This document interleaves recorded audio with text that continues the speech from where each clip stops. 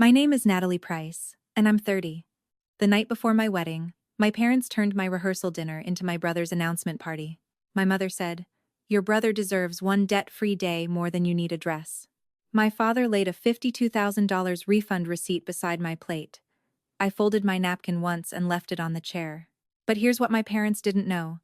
The woman who had paid for that room was sitting beside the cake. That is the reason I can tell this without raising my voice. If your family ever asked you to hand over your own wedding and call it love, stay with me. Like and subscribe if you believe a daughter's happiness is not spare change. Let me take you back to the first envelope my mother asked me not to open. The first envelope came on a Tuesday afternoon. It was cream-colored, thick, and tucked under the windshield wiper of my car, outside the little house Daniel and I had just rented. I saw my name written in blue ink before I saw the return address. Natalie, not Natalie and Daniel. That mattered later, though I did not know it yet. Inside was a receipt from Briar House, the event space we had booked for our wedding. The amount paid was $52,000. The note clipped to it was from my great-aunt Ruth Callahan. "For my Natalie," it said. "For once, let the day belong to you." I stood in the driveway with my work bag sliding off my shoulder and read that sentence twice. I did not cry. I had groceries in the trunk and a meeting at 8 the next morning. Real life is rude that way. It does not always give you soft lighting when someone finally loves you correctly. Aunt Ruth was my grandmother's younger sister. She lived 2 towns over in a white ranch house with a lemon tree in a pot by the back door. She had arthritis in both hands, a checkbook with a cracked leather cover, and a memory sharp enough to make liars nervous. She had never had children. She said that meant she got to borrow the honest parts of everyone else's. My parents, Linda and Gary, called her difficult. I called her exact. I grew up in a split-level house in western Pennsylvania, the kind with a basketball hoop over the garage and a kitchen table that carried every serious conversation. My father sold insurance. My mother worked part-time at a dental office until Ethan, my younger brother, started high school. After that, she said the family needed her more available, which mostly meant available for Ethan. We were not poor. We were not rich. We were the kind of family that used coupons for cereal and still found money when Ethan needed cleats, a tutor, a used truck, a lawyer for a speeding ticket, or a fresh start with a nicer name. I learned early that peace in our house had a price, and the price usually had my initials on it. My mother's favorite sentence was simple. "Don't make this about you." She said it when Ethan blew out the candles on my birthday cake because he was having a hard week. She said it when my father used the money saved for my summer art program to cover Ethan's football camp. She said it when I came home from college for Thanksgiving and found my room turned into Ethan's gaming room, my boxes stacked in the basement under a tarp. Each time, the words sounded calm. That was the trick. Cruelty does not always come with shouting. Sometimes it comes with a serving spoon in one hand and a gentle voice saying you should be mature enough to disappear.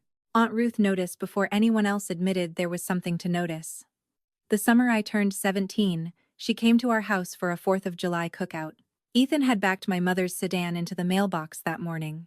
By 5 o'clock, the story had become my fault, because I had left my bike near the driveway 2 days earlier.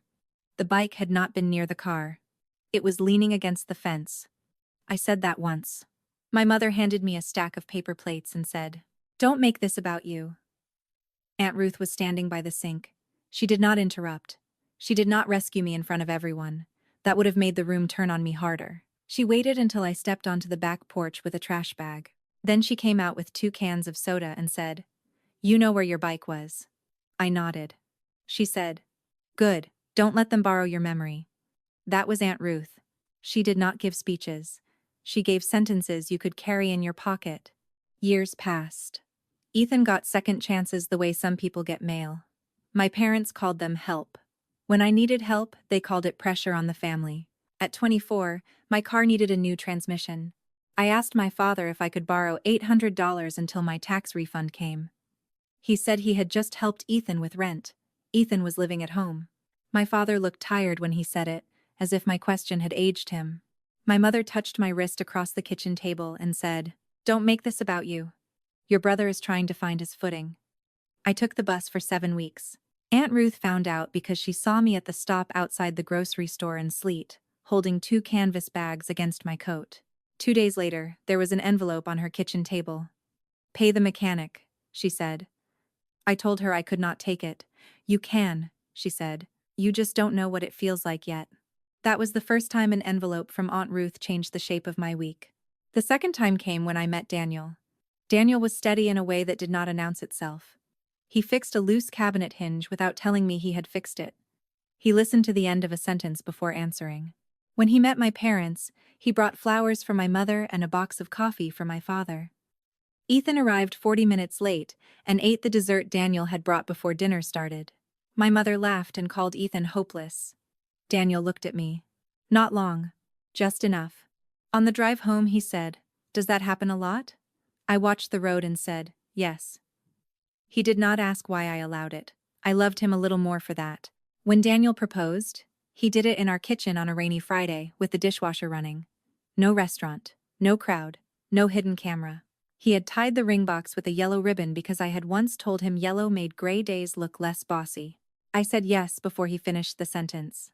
For 2 weeks, my parents behaved like people in a commercial for family happiness. My mother bought a wedding planner with gold tabs. My father said he was proud. Ethan slapped Daniel on the back and asked if there would be an open bar. Then the old math returned. It started with the guest list. My mother circled 12 names from her side and said they had to be invited. I told her the room had limits. She smiled without looking up from the paper and said, "Don't make this about you." I almost laughed. It was my wedding. If there was ever a legal place to make something about me, that seemed like a candidate. I did not say that. I said we would look at the numbers. The next week, Ethan called to say his girlfriend, Marissa, was upset. They had been together 6 months. She had seen our venue online and thought it was exactly the kind of place she dreamed of. My mother repeated that sentence to me like it was a medical diagnosis. "She has had a hard year," my mother said. "So have many people," I said. My father cleared his throat. "No one is asking you to give anything up." That was a useful sentence because it told me they were. In March, Daniel and I drove to Briar House to taste cake and choose linens.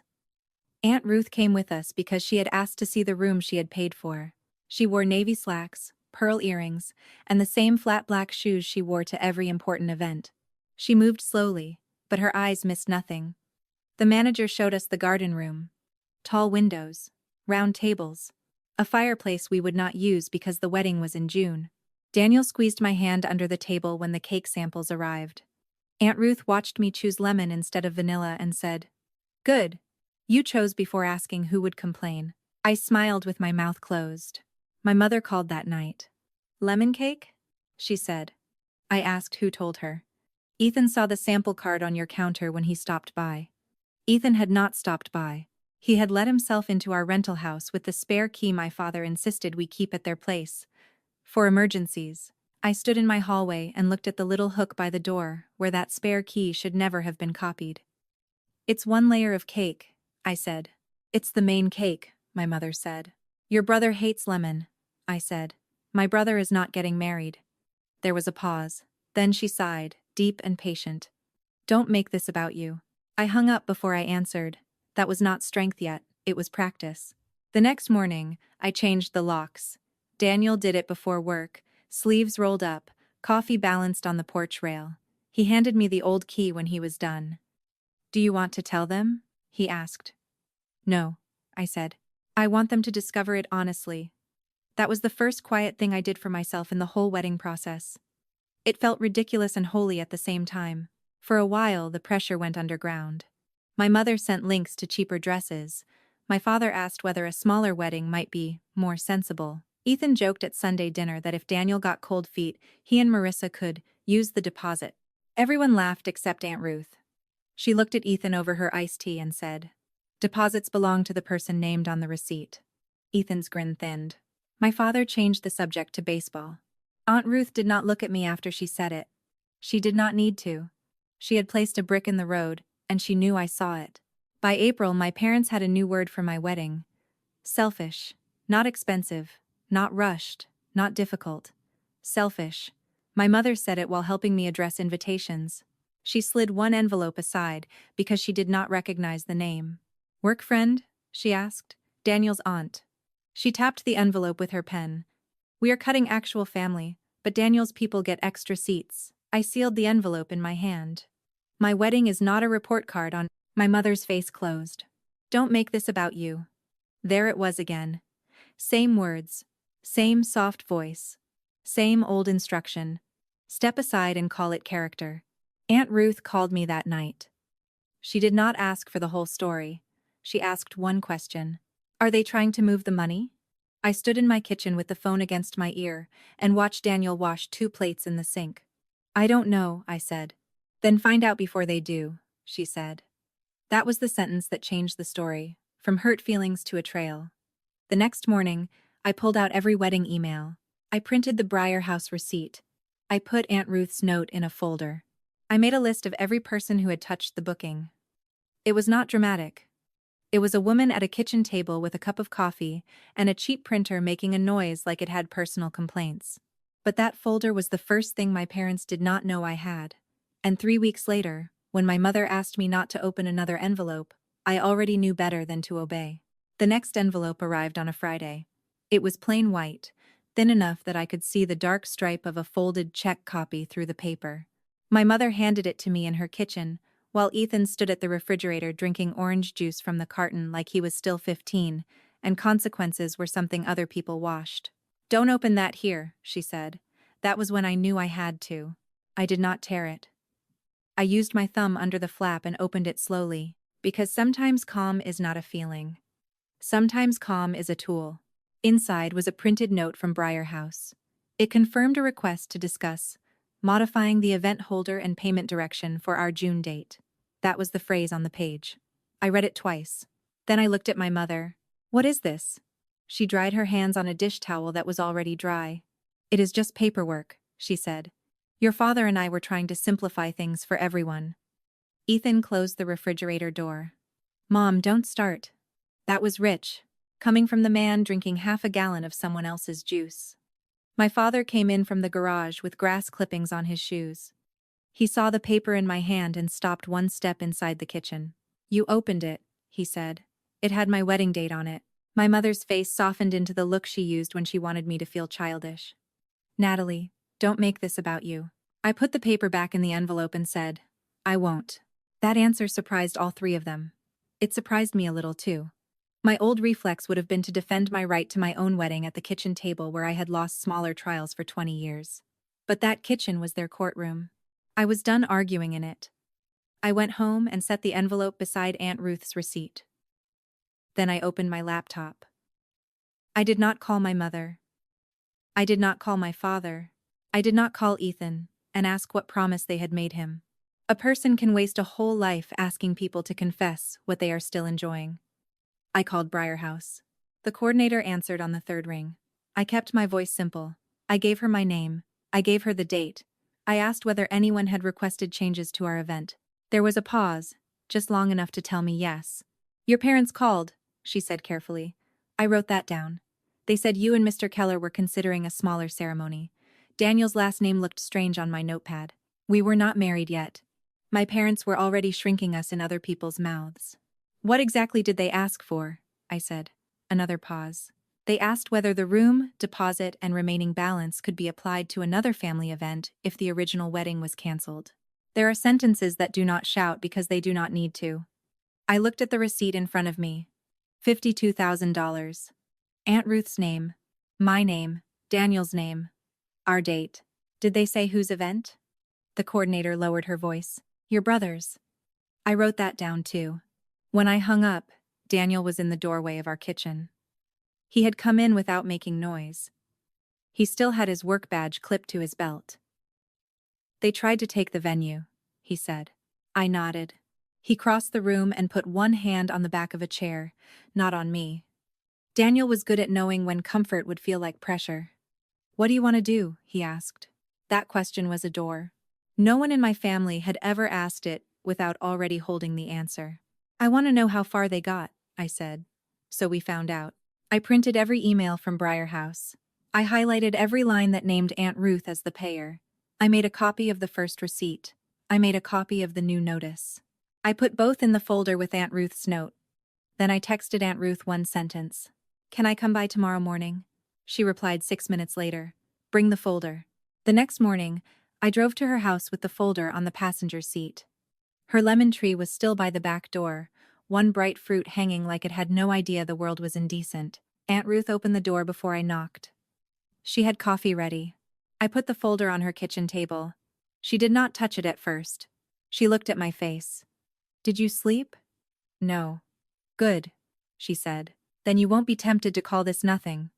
I almost smiled. She read the notice. She read the receipt. She read the line about modifying the event holder and payment direction. Her mouth did not move. Her right thumb pressed once into the edge of the paper. "That is not confusion," she said. "That is a plan." I told her what the coordinator had said. I told her they had named Ethan. I told her my mother had told me not to open the envelope. Aunt Ruth sat back. "Of course she did," she said. "A locked door only bothers the person without the key." Then she stood, slowly, and walked to the narrow desk by the window. She opened the top drawer and took out a small blue folder. "I kept copies," she said. I had known Aunt Ruth was careful. I had not known how careful. Inside were the Briar House payment receipt, the note she had sent me, and a printed confirmation that said the payment was a gift for the wedding of Natalie Price and Daniel Keller. Not family use. Not transferable celebration. Not whatever Ethan needed next. My name was on it in black ink. So was Daniel's. Aunt Ruth tapped the page once. "They can ask," she said. "That does not mean they can move it." Then she asked me to pull a green binder from the shelf above her desk. It was labeled Lake House. Everyone in our family knew that binder. Aunt Ruth owned a cottage on Lake Erie, a weathered little place with sand in the porch boards and a storm door that never latched on the first try. My parents used it every summer. They hosted Labor Day there. They sent Christmas cards with pictures from that porch. My mother called it our family place, so often that people forgot it was not hers. I had forgotten too. Aunt Ruth had not. She opened the binder, looked at one page, and let me see my father's signature at the bottom before she closed it again. "Access is not ownership," she said. That was all she gave me then. It was enough to tell me the lake house was not just a place. It was leverage my parents did not know they could lose. On Monday, I called Briar House again. I did not tell the coordinator the whole family history. People working phones do not need your childhood. They need the fact that changes the file. I told her I had the payer's written confirmation.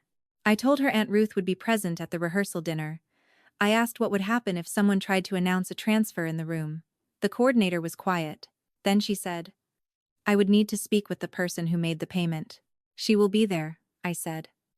A short breath came through the line. "Then I'll make sure the event file is at the front desk." That was all she said. But her voice had changed. It was not sympathy. Sympathy can be sweet and useless. This was attention. After that, my parents got louder. Not in volume. They were too practiced for that. They got louder in public. At church, my mother told 3 women that Daniel and I were rethinking the big wedding. At Sunday dinner, my father said Ethan and Marissa had been through a season of disappointment and deserved something to look forward to. Ethan started calling Briar House the place, as if not naming it made stealing it more polite. Marissa was harder to read. She was 27, pretty in a careful way, and always checking my mother's face before she spoke. I did not hate her. That would have been too easy. She wanted the life being offered to her, and she did not ask who had been pushed out of the chair first. One night, she caught me by the hallway after dinner. "I hope this is not weird," she said. That was the sort of sentence people use when they know it is. "What part?" I asked. She twisted the ring on her right hand. "Your mom said you were relieved, that you never liked all the attention." I looked past her into the dining room. My mother was stacking dessert plates. Ethan was laughing at something my father said. Daniel was beside the sink, washing his hands slowly, listening. "I like choosing my own life," I said. Marissa blinked. I left it there. That was not a confrontation. It was a marker. A few days later, my mother came to our rental house with a garment bag over one arm. She had not called first. She could not get in, because Daniel had changed the locks, so she stood on the porch and rang the bell twice. When I opened the door, she lifted the garment bag like a peace offering. "I found something more modest," she said. "For the ceremony. My dress is already fitted. This one is returnable." There it was again. A whole philosophy in one sentence. My happiness should be returnable. Ethan's should be guaranteed. I did not invite her in. She looked over my shoulder at the hallway. You changed the lock. Yes. Her face tightened. That was unnecessary. So was copying the old key. She held the garment bag between us. For a second, I saw the effort it took her not to raise her voice. My mother loved control. But she loved looking reasonable more. People are going to ask questions, she said. I think they should. She leaned closer. Don't make this about you. I took the garment bag from her hands. I did not look inside. I set it on the porch floor beside her shoes. It is my wedding, I said. That is not an accusation. She stared at me like I had answered in a language she had taught me not to speak. Then she picked up the garment bag and left. I wrote down the time. By then, Daniel knew the folder had become part of the house. He did not ask to see it every day. He did not perform concern. He made coffee. He drove me to Aunt Ruth's when my hands were too tired from work. He sat beside me at the kitchen table while I sorted papers into 3 piles. What they said, what they did, and what they forgot someone could prove. That last pile grew. The strongest piece did not come from Briar House. It came from my father. He sent a group text to me, Daniel, Ethan, and my mother. We need everyone calm at the rehearsal dinner. Natalie, your mother and I will explain the revised plan. Please do not embarrass the family. I read it in the parking lot outside work. Then I laughed once. Not because it was funny. Because it was clean. He had put the trap in writing. I forwarded the message to Aunt Ruth. Then I forwarded it to myself. Then I printed it, because my father trusted phones and I trusted paper. Aunt Ruth called that evening. Do not warn them, she said. I wasn't going to. Good. There was a pause. I could hear the faint scrape of a spoon against a cup. Are you all right? She asked. That question almost got me. Not the receipt, not the venue, not the dress.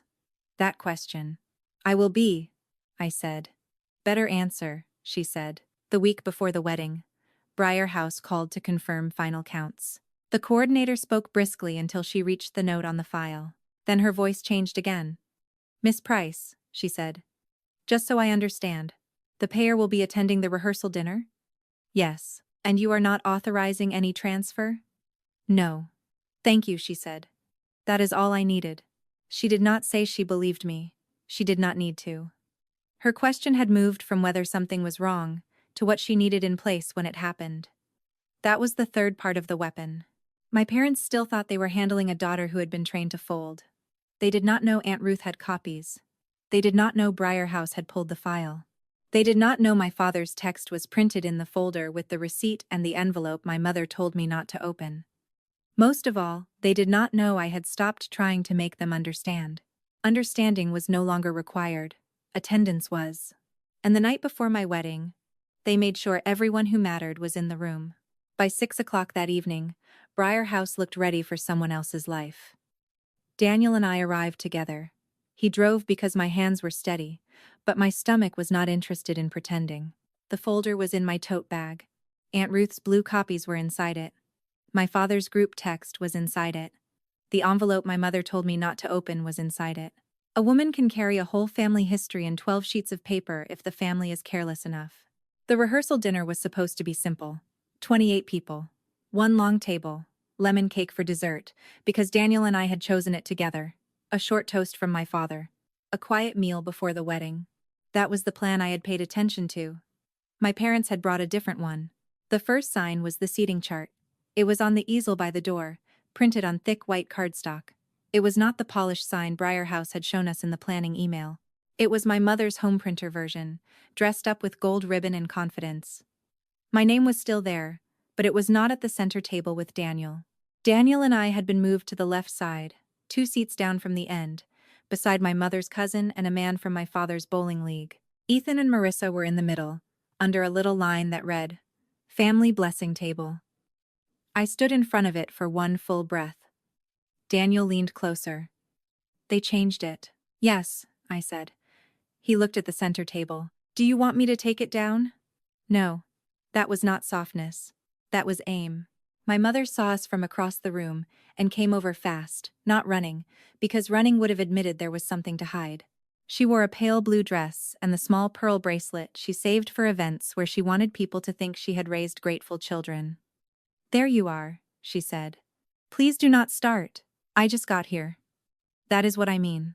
My father joined her with 2 folded papers in his hand. He did not greet Daniel. He looked at my tote bag. You brought documents to dinner? You brought a revised seating chart. His mouth tightened. Natalie. My mother touched his arm. Not here. That was the point.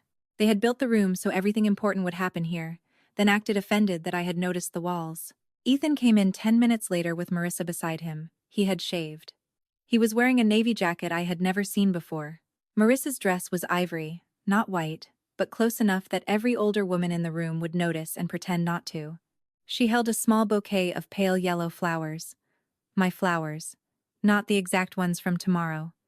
Close enough to make the message clear. Ethan kissed my mother's cheek and said, "Is everything set?" My mother nodded too quickly. Daniel's hand found the back of my chair. He did not touch me. He just stood where I could feel he was there. The second sign was the cake. It sat on a side table near the windows. Same lemon cake. Same smooth frosting. But the little topper had been changed. Instead of the simple silver initials Daniel and I had ordered, someone had brought a round white plaque from home and planted it on top of our cake. Gold letters across it said, "To new beginnings, no names." That was how my parents liked theft. Polite. Vague. Easy to deny if someone said the plain word. I walked over and looked at it. My reflection showed in the cake knife beside the plate. My face looked calm. That surprised me less than it would have a month earlier. Marissa came up beside me. "I thought it was pretty," she said. "It is," she swallowed. "Your mom said you were okay with it. My mother says many things when the person who can correct her is not in the room." Marissa looked down at the bouquet in her hand. For the first time that evening, she seemed less like a thief, and more like someone who had been given a wrapped box and told not to ask where it came from. "She told me this was a blessing dinner," Marissa said. "It is supposed to be my rehearsal dinner."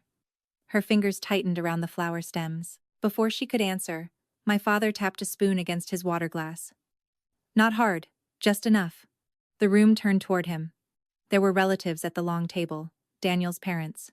Aunt Ruth had not arrived yet. I checked the doorway once, and saw only the hostess station and the front hall. My mother saw me look. A tiny smile moved at the corner of her mouth. She thought she had beaten the person who was not in the room. That was a mistake my parents made often. They confused late with absent. My father lifted his glass.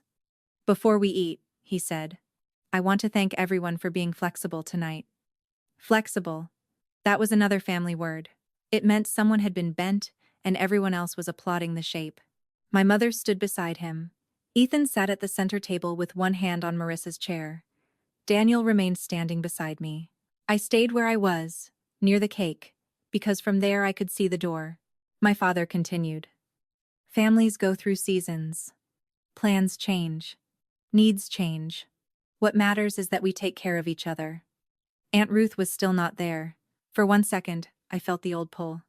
"Fix it now. Speak now. Stop him before he makes it worse." Then my phone buzzed in my tote bag. I did not look down right away. I waited until my father turned to smile at Ethan. Then I slipped my hand into the bag and checked the screen. Aunt Ruth. At the desk. Let him finish. That was the first breath I had taken all night. If someone has ever used the word family to cover a theft, remember this part. Silence is only weakness when you are empty-handed. I put the phone back in my bag. My mother took over. She had always been better at soft damage. "Some of you know Natalie and Daniel have decided to keep things smaller," she said. Daniel's mother turned her head sharply. Daniel's father set down his fork, though no food had been served yet. I looked at Daniel. He did not move. My mother went on. "And because Ethan and Marissa have been waiting for a moment of their own, we thought tonight could become something more meaningful for the whole family." There it was. Not a misunderstanding. Not a suggestion. A public handoff. My father unfolded the papers in his hand and laid them on the table in front of Ethan. From where I stood, I could see the Briarhouse logo at the top. He had printed a new event summary. Ethan reached for it like he had been rehearsed. My mother turned toward me. Her eyes were gentle. Her voice was not. "Your brother deserves one debt-free day more than you need a dress." She said it in front of everyone. The sentence landed exactly where she aimed it. On my dress. On my wedding.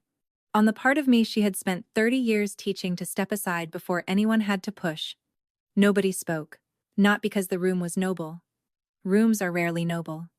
People were trying to decide which version of the family story would cost them less to believe. My father slid a second paper toward me. It was a copy of the refund request. "Sign this," he said quietly, "then we can all eat." That was his mistake.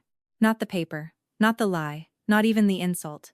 His mistake was thinking hunger made truth negotiable. I walked back to my seat. I did not pick up the pen.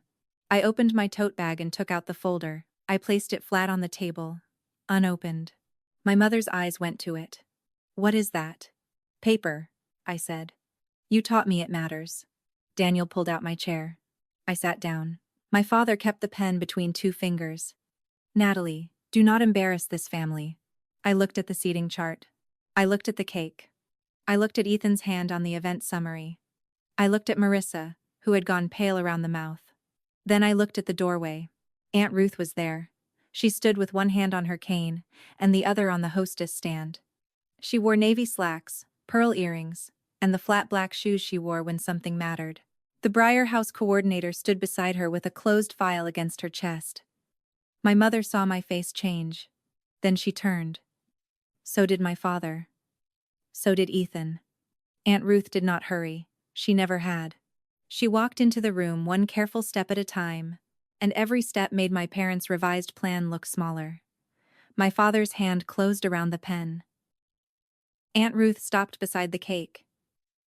She looked at the little gold letters, "To New Beginnings."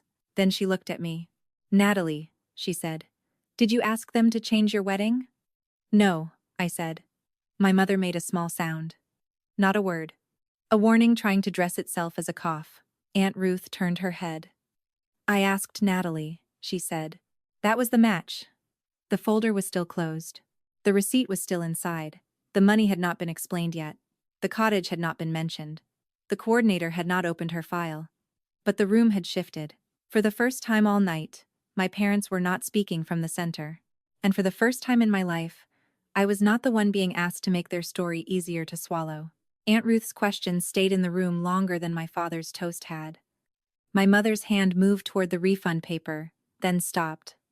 My father still had the pen. Ethan's fingers were on the new event summary. Marissa had set the yellow bouquet on the table like it had become too heavy to carry. Aunt Ruth looked at my mother first. "Linda," she said, "did Natalie ask you to change the event?" My mother's mouth opened. Nothing came out. That was the first answer. Aunt Ruth turned to my father. "Gary, did Daniel ask you to move his rehearsal dinner to Ethan?" My father looked at Daniel, as if Daniel had suddenly become useful to blame. Daniel did not help him. He stood beside my chair with both hands loose at his sides. "No," my father said. "But this is family." Aunt Ruth nodded once, not in agreement, more like she had found the label on a jar. "Good," she said. "Then we can stop calling it confusion." She reached into her purse and took out the blue folder. Not a dramatic folder. Not a legal case. Just a small blue folder with bent corners and a white label in her careful handwriting. She laid it beside the cake. The little gold plaque still said "To New Beginnings." Aunt Ruth touched the top page. "I paid Briar House $2,000 for Natalie Price and Daniel Keller," she said. "Not for Ethan. Not for Linda and Gary to redistribute. Not for whoever felt disappointed that month." Ethan pulled his hand back from the event summary. A fork slipped from someone's fingers and hit a plate. My mother whispered, "Ruth." Aunt Ruth did not look at her. She opened the folder and turned the first page toward the room. My name was there. Daniel's name was there. Aunt Ruth's name was there. The date was there. The amount was there. $52,000 can sound abstract until it sits on white paper in front of people who were about to spend it out loud. The Briar House coordinator stepped forward. Her name tag caught the light.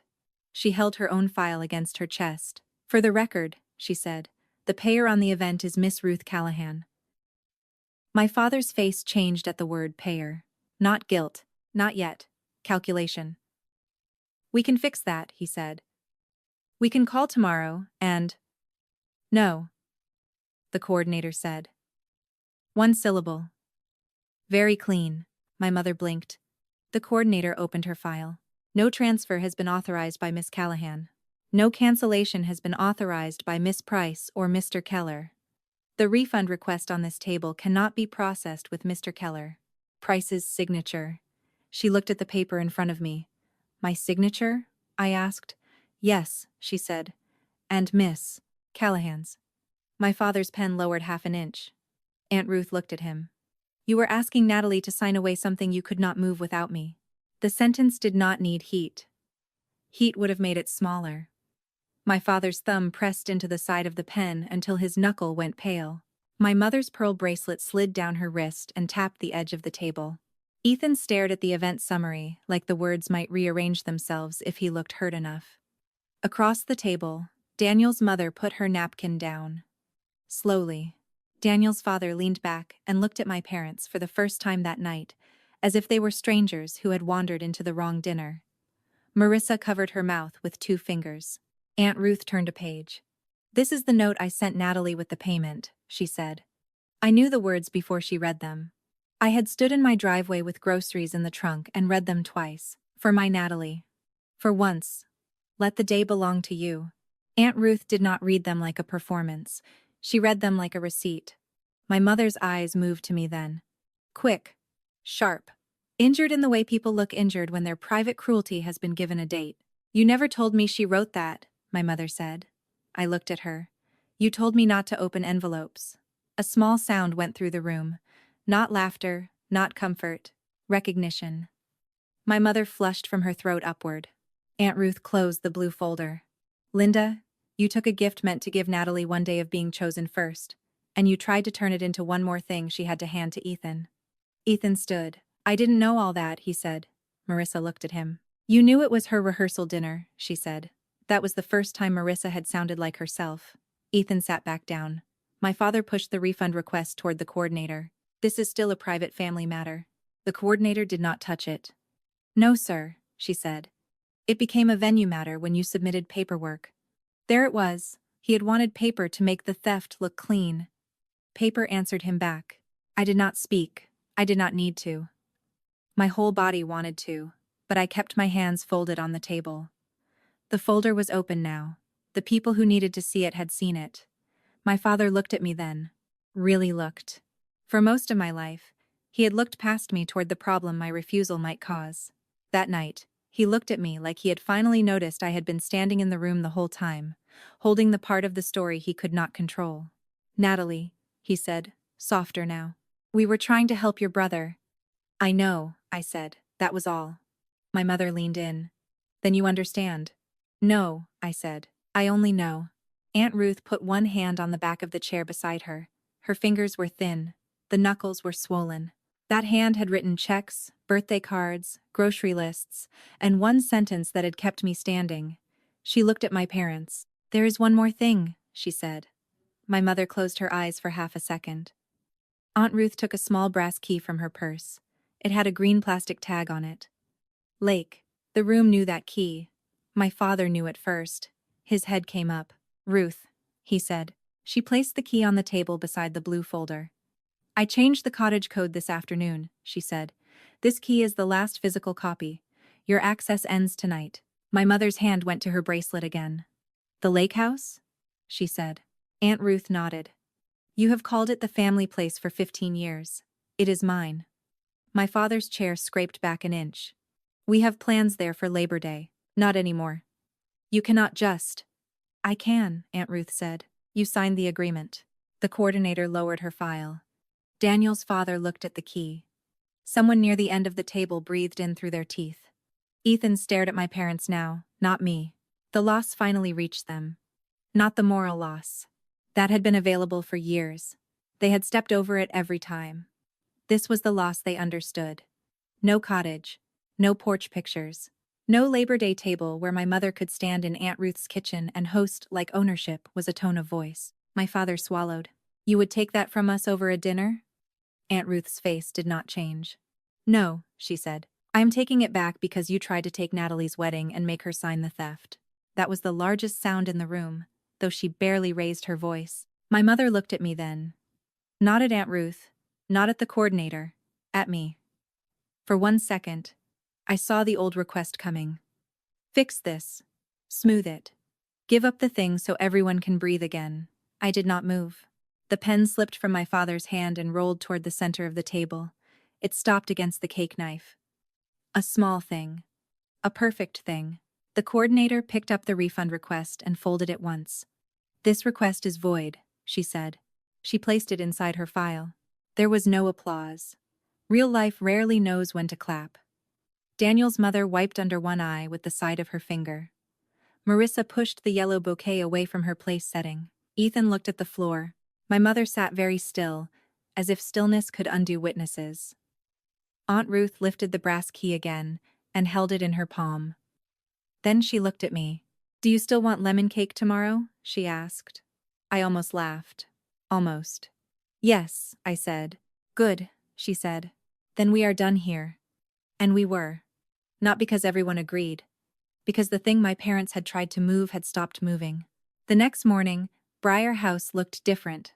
Not because the walls changed. Walls rarely take sides. The difference was on the tables. The center seating chart was gone. The family blessing table card was gone. The little gold plaque that said "To New Beginnings" was in a cardboard box behind the front desk. The coordinator showed me the box without comment, then closed the lid with one hand. That was kinder than a speech. The $52,000 did not move. It stayed exactly where Aunt Ruth had put it. Attached to my wedding, my name, Daniel's name, and the date my parents had tried to turn into Ethan's. The refund request was void. The transfer request was dead. Ethan and Marissa did not get Briar House. My parents did not get to call it a misunderstanding and spend the money before anyone could look at the paper. The lemon cake stayed. That mattered more than it should have. Which is how you know a small thing has been carrying a large wound. My parents did not come to the venue early. For the first time in my life, their absence made a room easier to breathe in. Daniel's mother helped pin my veil. Daniel's father carried 2 boxes of programs from the car without asking where to put himself in the story. Aunt Ruth sat in a chair near the window with her cane beside her and her purse on her lap like a woman guarding a bank. When I walked into the garden room that afternoon, Daniel was waiting for me. He did not look relieved. He looked certain. That was better. My parents arrived 10 minutes before the ceremony. My mother wore the pale blue dress from the night before. My father wore the same suit. They did not come to the bridal room. They did not ask to speak to me. They sat in the 3rd row because Aunt Ruth had quietly moved the 1st row cards to Daniel's parents and herself. No announcement. No confrontation. Just new paper on 3 chairs. That is how consequences often look in real life. Not thunder. A different name on a card. Ethan came alone. Marissa did not. I learned later that she had gone back to her sister's apartment before breakfast and left the yellow bouquet in my parents' guest room sink. I did not call her. I did not need to turn another woman's embarrassment into my evidence. She had seen enough. After the ceremony, my mother tried once. She caught me near the hallway outside the restrooms, where the music was softer and people were busy finding coffee. "Natalie," she said, "can we talk?" I looked at her hands first. They were empty. No folder, no garment bag, no pen. That helped. "You can say one thing," I said. Her mouth tightened. She was not used to being given limits in one sentence. "We were under pressure," she said. I waited. "Ethan has been struggling," she said. I waited again. My mother looked toward the garden room. People were laughing. Someone had cut the lemon cake. Aunt Ruth was talking to Daniel's mother, with one hand around a paper cup of coffee. "We thought you would understand," my mother said. "I did understand," I said. That was the problem. Her eyes filled then. Quietly. Carefully. My mother cried the way she did everything else, with an awareness of who might see. "I am sorry," she said. I believed she was sorry in that moment. I also believed she would have spent the money if Aunt Ruth had not walked in. Both things can be true. That is one of the hardest parts of growing up inside a family like mine. You learn that remorse after being stopped is not the same as love before the damage. I am not discussing money, keys, venues, or Ethan with you anymore, I said. Not today. Not later. Not through Dad. Not through anyone. She blinked. That sounds cold. It is clear.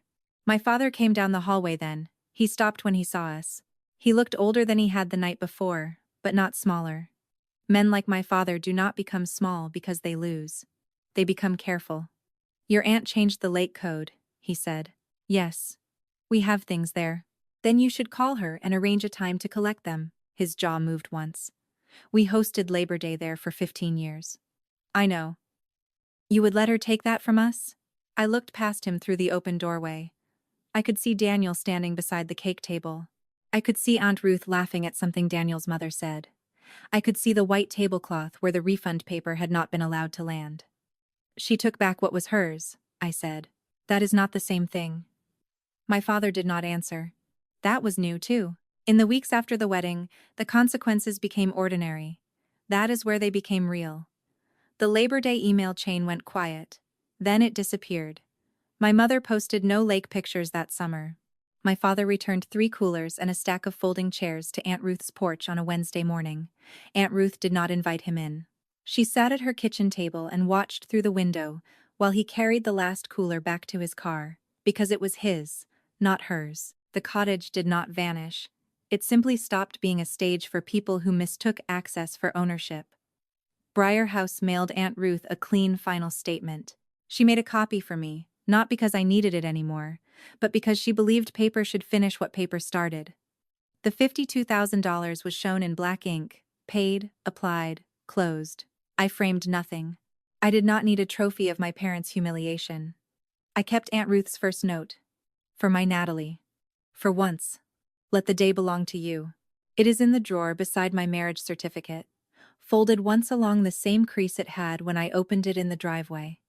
Sometimes I see the edge of it when I reach for stamps or scissors. It does not make me sad anymore.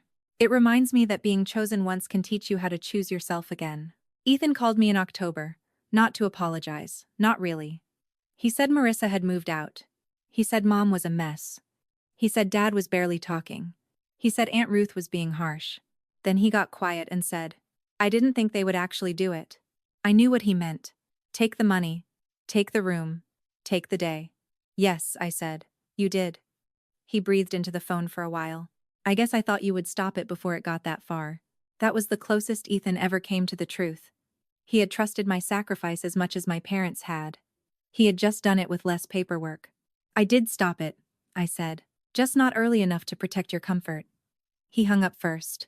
I did not call back. Aunt Ruth came to dinner at our house the first Sunday of every month after that. She complained about our knives being dull. She told Daniel he folded dish towels like a man raised without supervision. She brought lemon bars in a tin and took half of them home because, in her words, newlyweds do not need that much sugar and neither do I. But I am old enough to lie to myself. One Sunday, she stood in our kitchen and looked at the small framed photo from the wedding. It was not the formal one. It was a picture Daniel's father took on his phone. Aunt Ruth was sitting beside me, her cane across her knees. My veil caught on the edge of her chair. We were both laughing because the veil would not let go. She tapped the frame. That is a good one, she said. It is, I said. She did not say she was proud of me. Aunt Ruth rarely put frosting on a fact. She said, You kept your name on the paper. That was better. A boundary is not revenge. It is the place where your life stops being available for other people's emergencies. My family did not heal into a holiday movie. My parents still send cards. I still answer some texts. I do not give them keys. I do not give them money. I do not give them advance notice of decisions they no longer get to vote on. When my mother says she misses how close we used to be, I let silence do the work. The family I trust now is smaller, but it is honest. It is Daniel making coffee before I ask. It is Aunt Ruth circling the word paid on a final statement because she knows I will understand the joke. It is Daniel's mother saving me the corner piece of lemon cake without announcing that she saved it. It is a kitchen where no one says, Don't make this about you, because no one is trying to take the center of my life and call it peace. That's my story. A $52,000 receipt. A folded napkin. A blue folder. A brass lake key. A lemon cake that stayed exactly where I chose it. If someone in your life keeps calling your happiness selfish, please hear me. You do not have to donate your future to prove you are loving. You do not have to make yourself smaller so another person can feel rescued. And you do not have to sign a paper just because the person handing you the pen shares your blood. If this story reminded you of someone who keeps being asked to step aside, share it with them. Tell me in the comments which moment would have made you put the pen down. And subscribe if you believe calm boundaries